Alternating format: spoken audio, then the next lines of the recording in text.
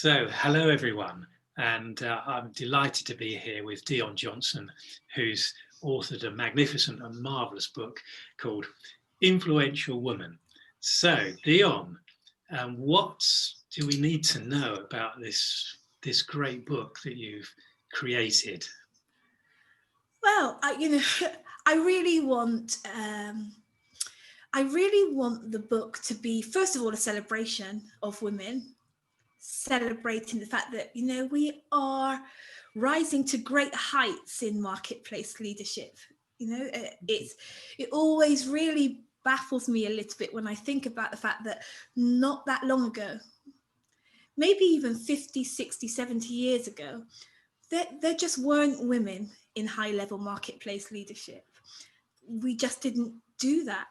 No. And so now we're there. Now it's not even strange to hear of us leading countries or, regions or states or departments or multinational organizations, Women have migrated well and truly into the high level leadership of the marketplace. And that's, I think, a really major cause for celebration. Great. So celebrating. And then also I'd be interested, how does your work help women in this regard? Yeah, I can say that it's not just a celebration. The book is really a call to women, because what I see and what I've written about is the fact that now that we're there, now that we've phased ourselves in, there is this other work to do that I think is a call for us right now in history, for us to find our voice and to find our distinctions and to find our power and to really make a difference in the way that the marketplace runs. Because there's a difference, isn't there, between being in the room, in the boardroom, and being influencing it. There's a difference between those two. And so my work and this book is really asking women to think about what we want to do now we're there. What is it that needs to be done now that we're there? And how do our distinctions as women add to that work? Yes.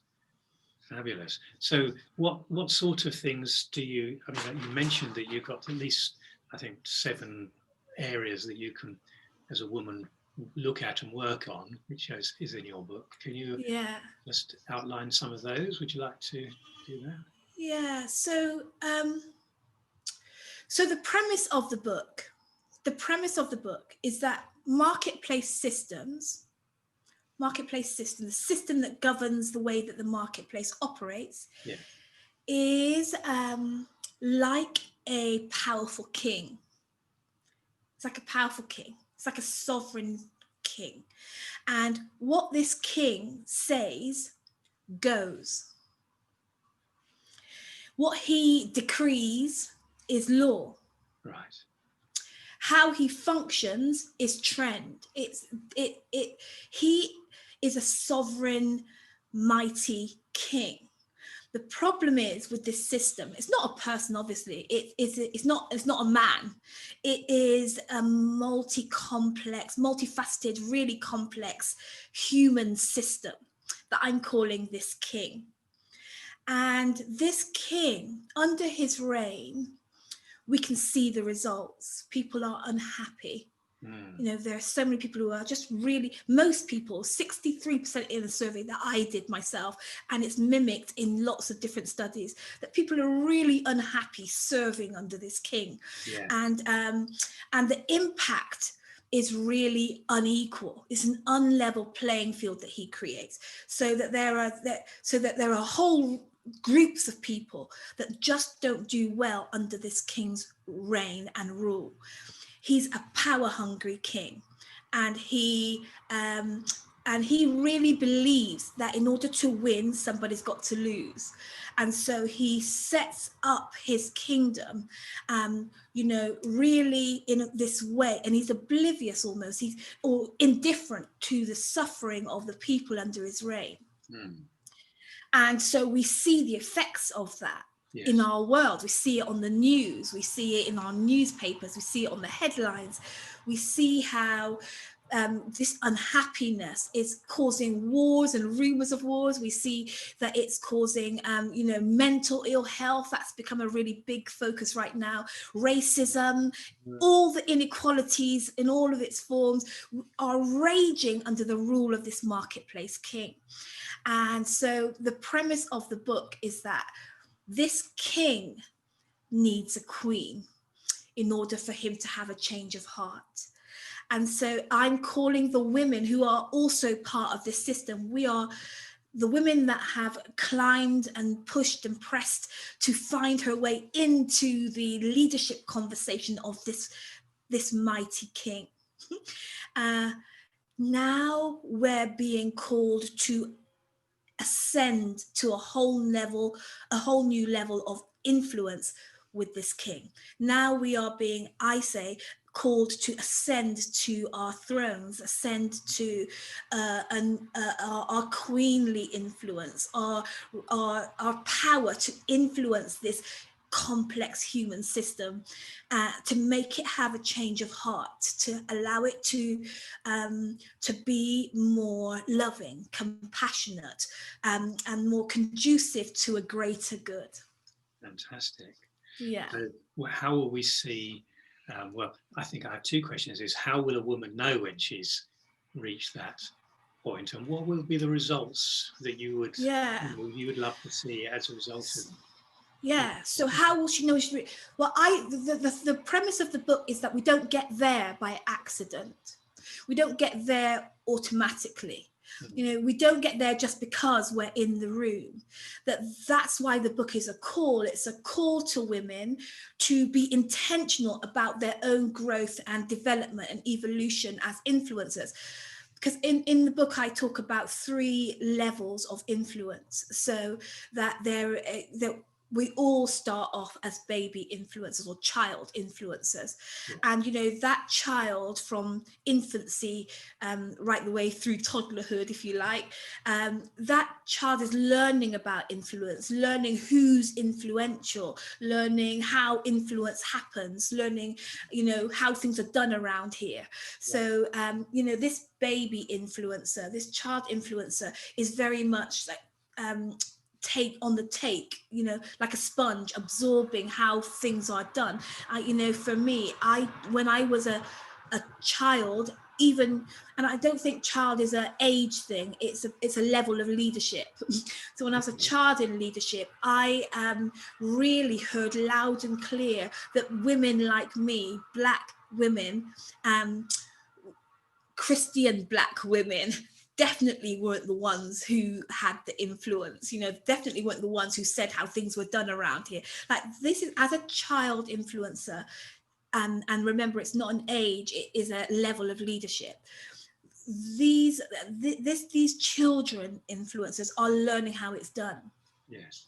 But then we grow up into young women, and we take what we've been learning, and they're not in boxes. These phases are going on all the time. But this next level of young woman influencer or young man, this is where we want to showcase our influence. We wonder what's possible through me. What could I make happen? We want to impress people with our leadership. We want to create projects that have got our name on them. We want to show people how influential we are, and we're flexing our influential muscles. We're wanting kudos for it. We want to fit in. We want to be seen. We want to be heard. We want to be taken seriously. You and I have talked about, how good it feels when you feel significant in your role. You feel like you're making a difference. This is what we want. We wonder what's possible through me. How can I show off my prowess as an influencer, and how can I be seen and taken seriously and given some serious gravitas and kudos. Mm-hmm. So this is the young woman influencer, and most of us hang out there. We fluctuate between child and young woman influencer. That's where we hang out. But in the book, I suggest that there's this other level that you don't get to unintentionally, and it is an it's an ascension of the level of influence called queen influence. And the way that we get there is that we do three things. We really need to heal. We really need to heal. Because child influencer and young woman influencer, they haven't been required to heal. So they kind of put masks on, they put their armor on, they go in, they press, they strive, they fight, they get into power struggles. But with the queen influencer, we really need to heal. You see, the queen is the one with the most sway with the king. She's influential because she recognizes who she is. She understands her power and how to use it. She's in complete command of her authority, and she is a sovereign in her own right. Yeah. And to go from a young woman who's self obsessed sometimes, and conscious, and worried about how people are seeing her, and trying to be seen as this and trying to be seen as that. This queen is no longer playing that game. This queen is now concerned with, wholeheartedly consumed with the welfare of her domain. She's concerned about the welfare of the king, and she's concerned about the welfare of her domain. And she sees herself as the broker between both. She sees herself as the one who can soothe the king, the one who can help the king to understand himself and see things differently. But she also understands that she has a real responsibility to the people, however that plays out in our circumstances as industry leaders. So I say that we need to heal. We've been through a lot historically. Historically, there have been a lot of pain of women. Just collectively, we've been treated as chattel. We've been burned at the stake. We've been treated as second-class citizens. We've been banished to the host. We've given up a lot. Like, there's a lot that we've been through historically as women, but also there's a lot that we've been through personally as women. So, the women that I work with, and I do work with some pretty amazing women, they tell me their stories. I have my own story of the pain and the perplexion and the prejudice and the pushbacks and the power plays that we've all had. We've all got our own particular version of what that looks like. Yeah. But if we're going to rise up to this new level of influence, we really need to heal. Yeah. And so the next thing that I think that we need to do, if we're going to rise up to this new level of influence, is that we really need to handle our heads. Yes. So many broken belief systems, or disclarity about what we truly believe, or what we want, or how we should, who we are. Identity crisis, and fear, and lies, BFDLs, I call them, big fat dirty lies about who we are, how safe we are, what's going on in the world. Like, we have all of these things, and our heads are really noisy. I know that you know this too, Geoff, but when we sit down with our clients, isn't it true that these women who are leading, their heads are so full of noise about what people think about them, how they should be being, what they should be doing, if they're good enough. I feel like an imposter, I'm burning out, the family responsibilities. Look, the heads are so full. And I'm suggesting that if we're going to ascend to this new level of influence, that what we really need is we really need to handle our heads. We need to think about what is true, what we need to let go of, what we embrace, what we believe, what we therefore say, how we show up. All of this is going on in our heads, and we need to get that straight. Yes, it's about, I guess, getting clarity about who you are as a woman, and how you sit in the world. Yes. And not taking any. I mean, mirroring what you just said. It's a lot of women, in my experience, even you wouldn't expect, senior execs to be like this, but there's always, I'm only as good as my last project, or I really, and there's a definite sense, I find, of women kind of trying to position themselves, and it's rarely, I'm in this place of solidity that I you're describing here, and built on a rock of confidence. Yes, yeah. Even though they might be in positions where they kind of have to have that air, or they're being given that position somehow.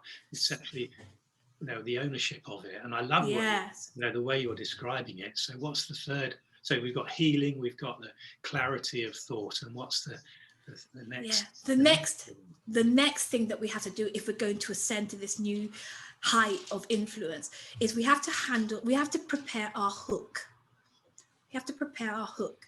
So what I mean by that is we have to think about how we want to grab the attention of the people that we want to influence. We have to think about how we're going to keep hold of their attention as we share our ideas and our insights and our visions and our dreams and our aspirations for this new marketplace or this new organizational functioning or way of being.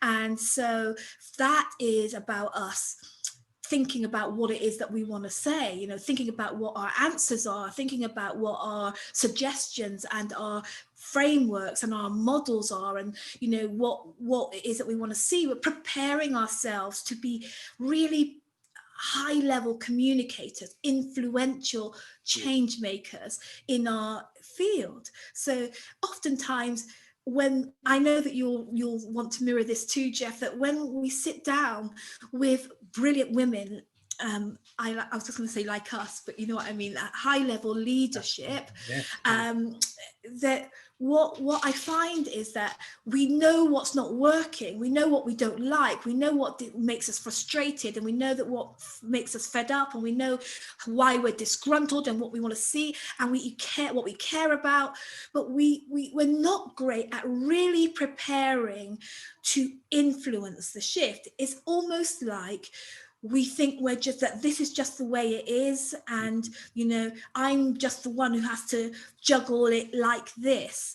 But there is this work that we need to do if we're going to function at this higher level of thinking about what we want to contribute as change, so that to shift systems outcomes, to shift systems functioning the way that it works. We need to really prepare that hook and decide to be able to become fluent and confident and strong in our message, and even simple in our message about what it is. And I know from writing the book that developing this clarity of mind around a hook is painful, and it challenges. I was telling you before we started recording that even just really, because I know about women, I know about leadership, and I know about personal development, but there was just something about producing it for other people to consume that was just so challenging and so painful on so many levels.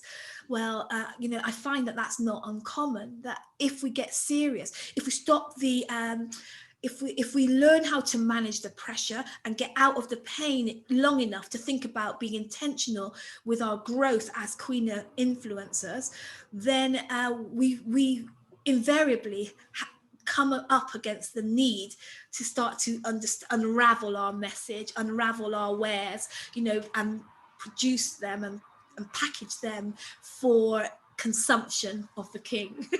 So this is the work that these are the three areas that really became crystal clear as I was writing the book, that this is what women in senior leadership who want to go to from being in the room to influencing it. These are the three things that women really need to be focusing on accomplishing. And I believe that you accomplish them through 7 habits, which is what I've written about in the book. Right. So do you want to talk about the 7 habits now that you've expounded, or perhaps how else because I know you coach women. Do you coach in groups or individuals? How, if I were recognized, and I mean, I'm very excited about what you've said. I mean, so goodness knows, it must be absolutely thrilling for your audience to hear this. It's just wonderful how you put it concisely. So I just want to say something about the word concisely. So concisely is such a powerful lesson that I've learned in the process of writing the book, that I get to be this concise because I went through a year of writing a book. Yes. And so it wasn't concise in the process. It was bloody messy.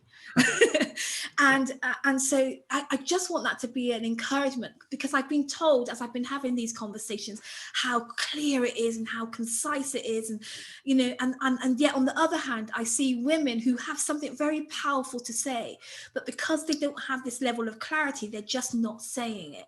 And I'm saying that you have to start saying it, you have to start writing it, you have to start bringing it for the clarity to come, you know. Yes. So how do you help women to step into this natural role that they have?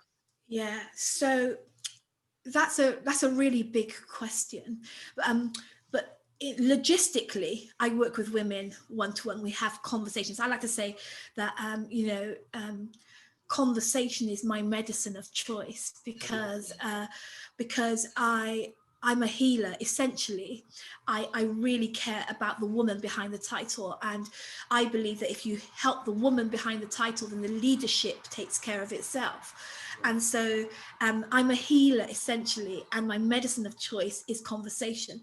So good conversation like the one that we're having now is always there's always going to be an element of conversation. Yes. So and it really is asking challenging questions, asking people to think about what they don't usually think about, or think about things in new ways, thinking about themselves, thinking about their work, thinking about the system that they're within, thinking about the mission, thinking about the outcomes, daring to face those hidden lies or half-truths, or hidden agendas that we function around all the time as senior leaders, but nobody really calls out because we just think it's the way that it is.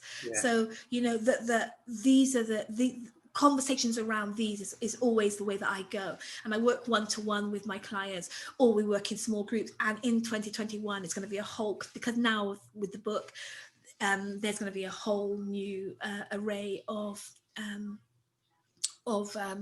offerings, including some challenges where people can kind of come and taste and see what it's like with very easy to access small challenges, 5-day challenges, so they can really come and just see where they're at, and really just turn the light on and hear their own hearts, and be guided to think about their own influential power plans, and how they're going to, what they want, how they're going to ignite their own evolution as queen influencers.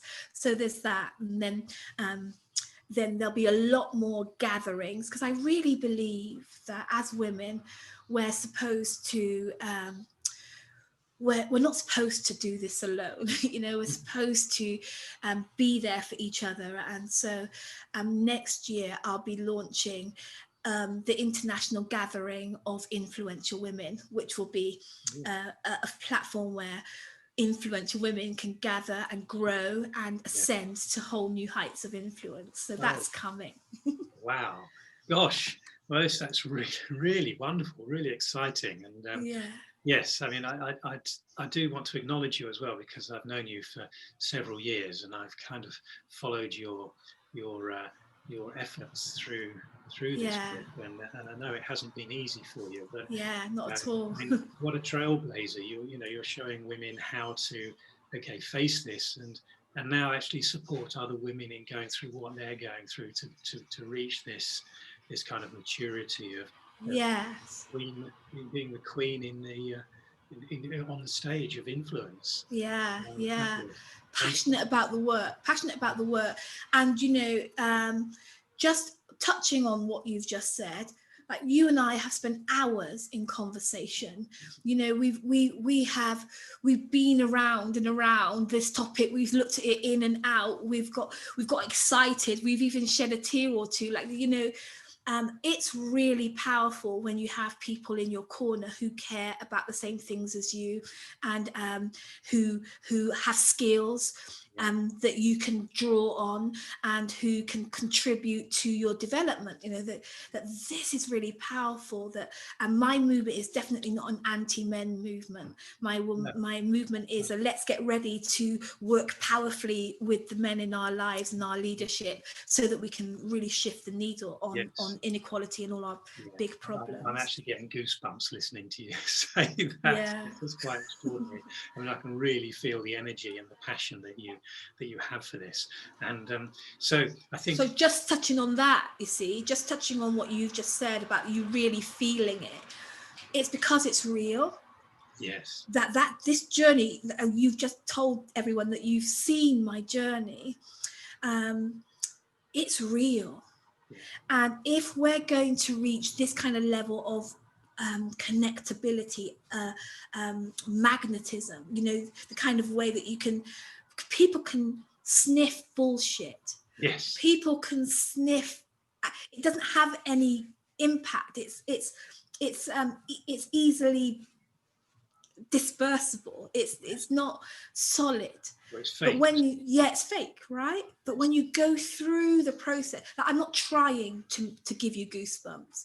I'm not trying to impress you. That this is just where I find myself as a result of the journey. Like this is so key, because I remember really years, maybe decade ago, thinking, how on earth am I going to find a voice that persuades people or helps people to want to grow or helps people to want to ascend to this whole new height of influence I could feel that we were being called to. And I just didn't know what I would need to do. But I found out that it's not something that you need to do. It's something that you need to go through. It's something that you need to become, and it's something that you need to evolve as. And you do that through the processes that I set out in the book. Yes, fabulous. And finally, how do you see this? Because you originally said this is, you know, like a whole sort of marketplace or run by the king, or the market is it? Yeah. You create this metaphor of this.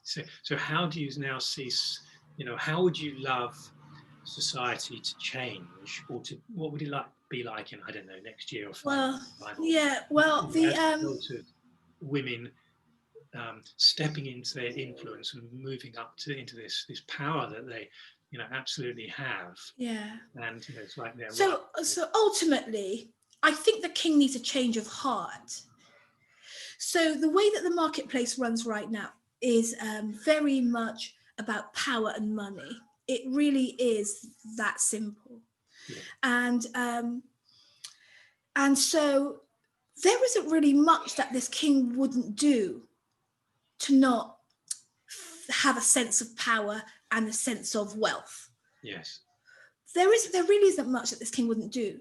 And it filters down to our organizations, the ones that we lead in. And so what we see as a result of this is we see massive inequality. So there's a few things going on in my mind right now. 2 days ago on the news in London, we were watching, I can't remember his name, a guy that works for a company that produces the cladding that the councils were using to clad their high-rise buildings to make them look better. Yes. So what's happening is, I want to just share this as an example. What's happening is that these areas that were run down and populated by economically stable families are now being regenerated and built up, and new people are moving in. People, you know, the more affluent are moving in. So what's happening is that some of these eyesore buildings that were crumbling and people were living in very unhappily before all of this regeneration is now an eyesore and needs to be fixed and needs to be made to look nice. And so you can hear the inequality in this line of thinking already. Yeah. And so now the king is looking for ways to do that on the cheap.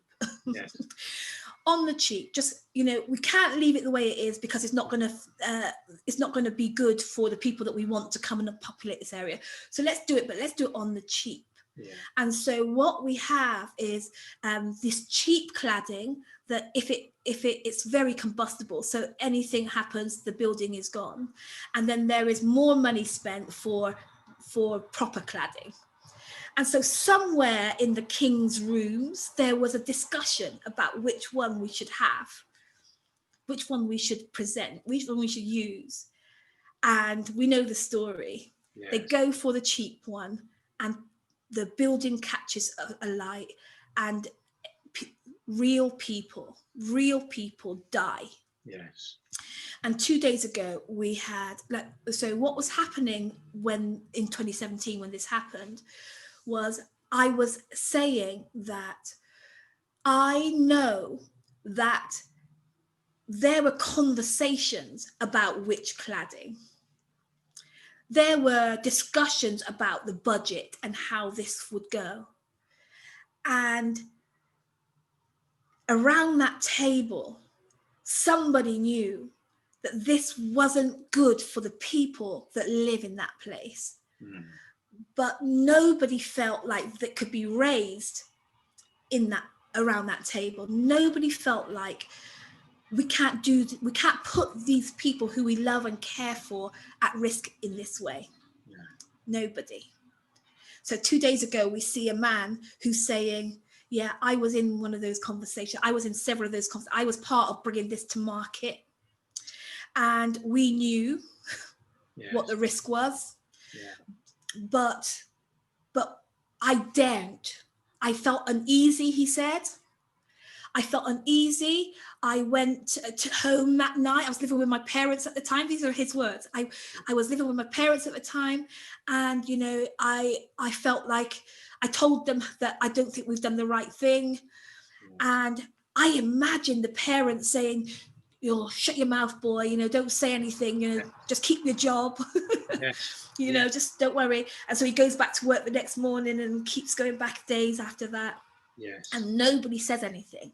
Yes. And so I ask people, you know, like, what would it have taken? Like, who was around that table to say, we can't treat people like this? Yeah. These are our people. We love these people. We care about these people. These are mothers and fathers and brothers and sisters and carers, and these are real people. Yes. Who's saying that around the table? Yes. Yes.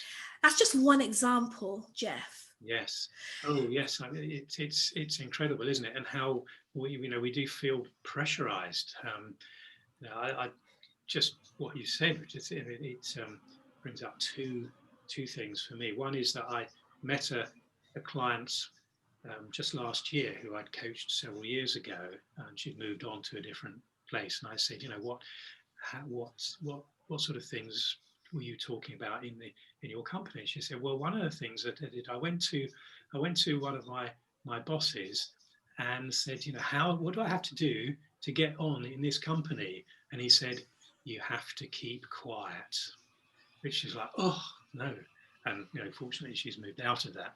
And the other thing is, years and years ago when I was involved in packaging, do you remember there was a thing called Tylenol in the States? Yes. And, so was it J&J?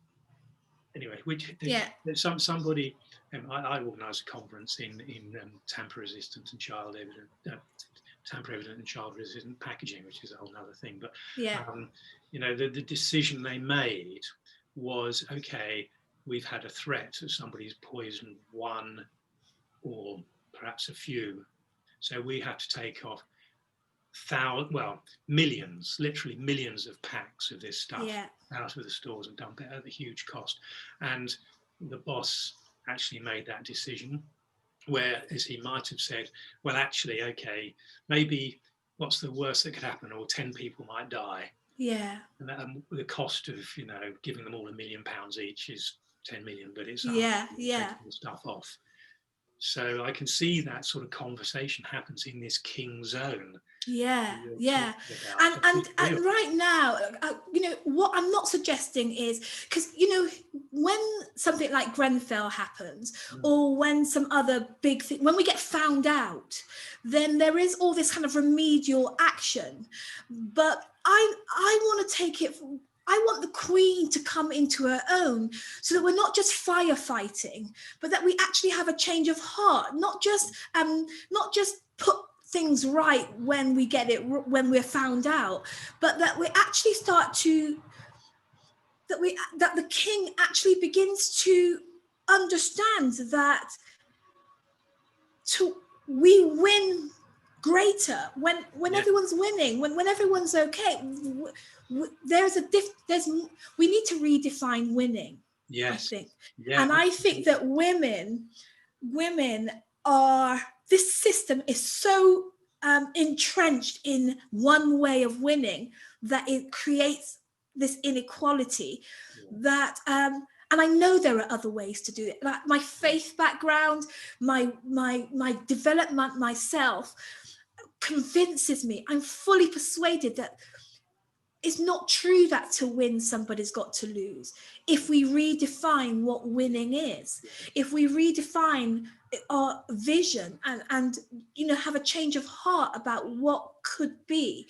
And I believe that's where women come into our own, in terms of proximity to the king and our wiring, our strengths, our womanity, as I like to say, in enabling people's hearts to be revived, in causing new life to come alive, and to refresh eyes and to help new perspective. Like, this is what I call queen influencer.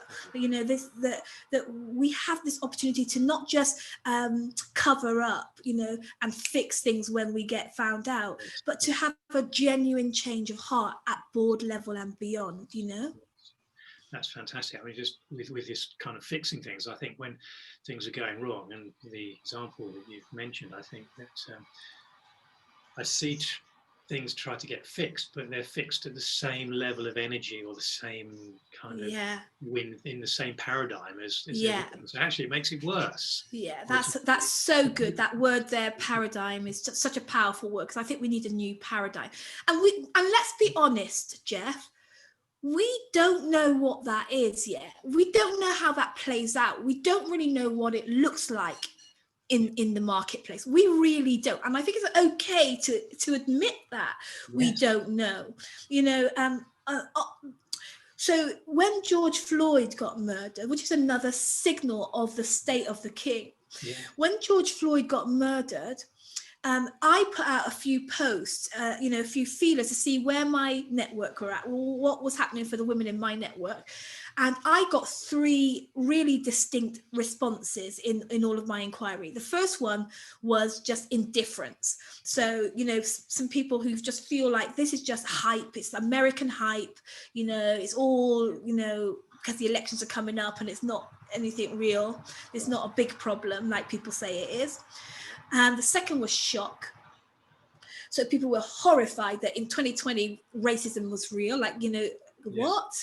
How come racism is still happening in 2020?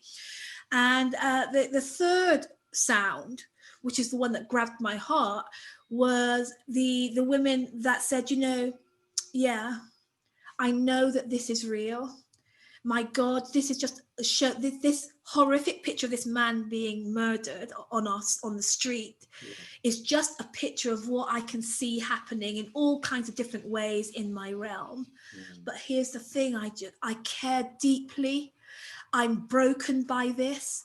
I want this to change, but I just don't know what to do. I just don't know how. I just don't know if I'm qualified. I just don't know if my voice matters. I don't know if I've got what it takes. I don't know if it's even possible for things to be different. There are more. I think there are a real cohort of people who care deeply. They're positioned and they're saying, I got no idea. And they think that because they can't see the way, that means that there probably isn't any way. There's no point in trying. There's no point in thinking like that, because this is just the way that it is. And I say, I beg to differ. Yeah. I say my messages to women all around the world, everywhere, is that this is our moment.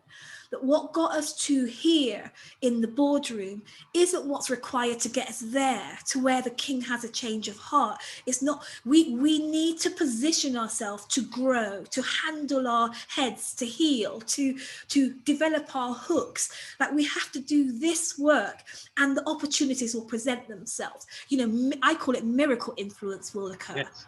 Yeah. Miracle influence will occur.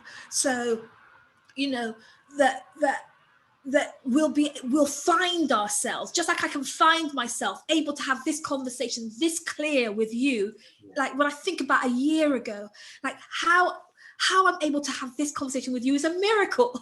Yeah. You know, it's a miracle.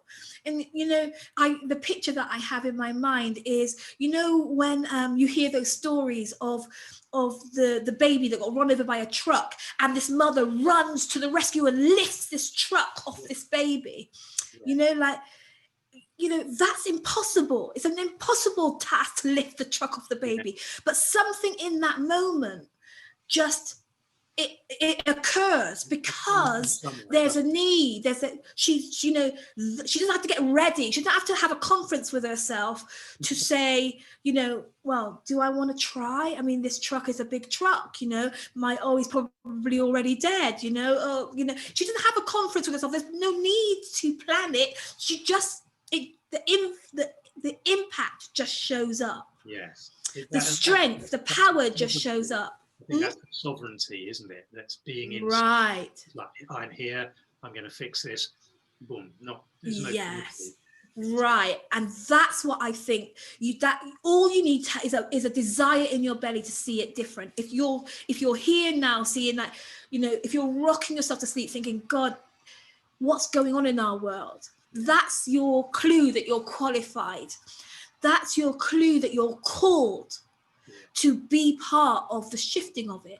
And then you don't have to try and articulate that to the world right now. What you have to do is go through the process of developing these habits, and the habits prepare us for conversations like this, for favor with the king, for the moment when the door swings over, or the truck hits, or the tragedy happens, or that meeting, the time to speak up presents itself, and then you find you're able to. Yes, I think you're you know, to me that mirrors the Joseph Campbell hero's journey point, where the hero who doesn't realize they're a hero yet comes up against things that are pushing them back and challenge them, and we call those like threshold guardians. Yes. And they're really, really scary, you know. And I think that's what happens, isn't it? We're in this place of, oh gosh, I've seen this, it's terrible, you know, what can I do? And we're talking ourselves negatively. Yeah. But, you know, if you cross that threshold, it just serves everybody in ways that you wouldn't have even imagined. Yeah. And then you find the next part of that journey, actually, as I understand it, is then you know, a teacher appears, because you need to go into this training and I think you represent that perfectly. Yeah, well, I think that's what we're doing, isn't it? That's what we're waiting for people to get ready. You know, you with your message over there, me with my message over here. You'll appeal to your people, I'll appeal to mine, and we, that's what we're here doing. We're lighthouses, waving to the people who are going, I want to be part of the change. I feel like change is possible, but I don't know how. I don't know if I'm qualified. I don't know if I've got what it takes. We're saying, come over here, hang out with us. You know, we're all getting ready to be these people that can have sway with the king.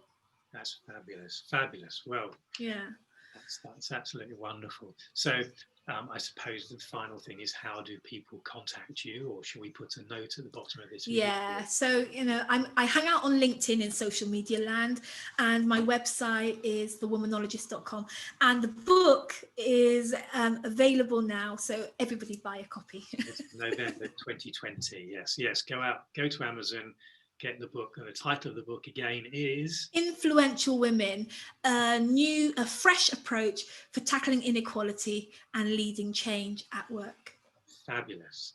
Dion, it's been an absolute pleasure as always, and really, I did literally get goosebumps halfway through that. So I really thank you, felt Geoff. that, and I do hope that everyone that's watching gets that as well, and really gets the message and how you're encouraging and being that lighthouse, that beacon of light for women and men to support Yeah. in this as well, because it's as you say, it's not just don't do it on your own. Yeah. Involved. Yeah. Fabulous. Definitely. Thank you so much. It's been an absolute pleasure. Thank you. Thanks, Geoff.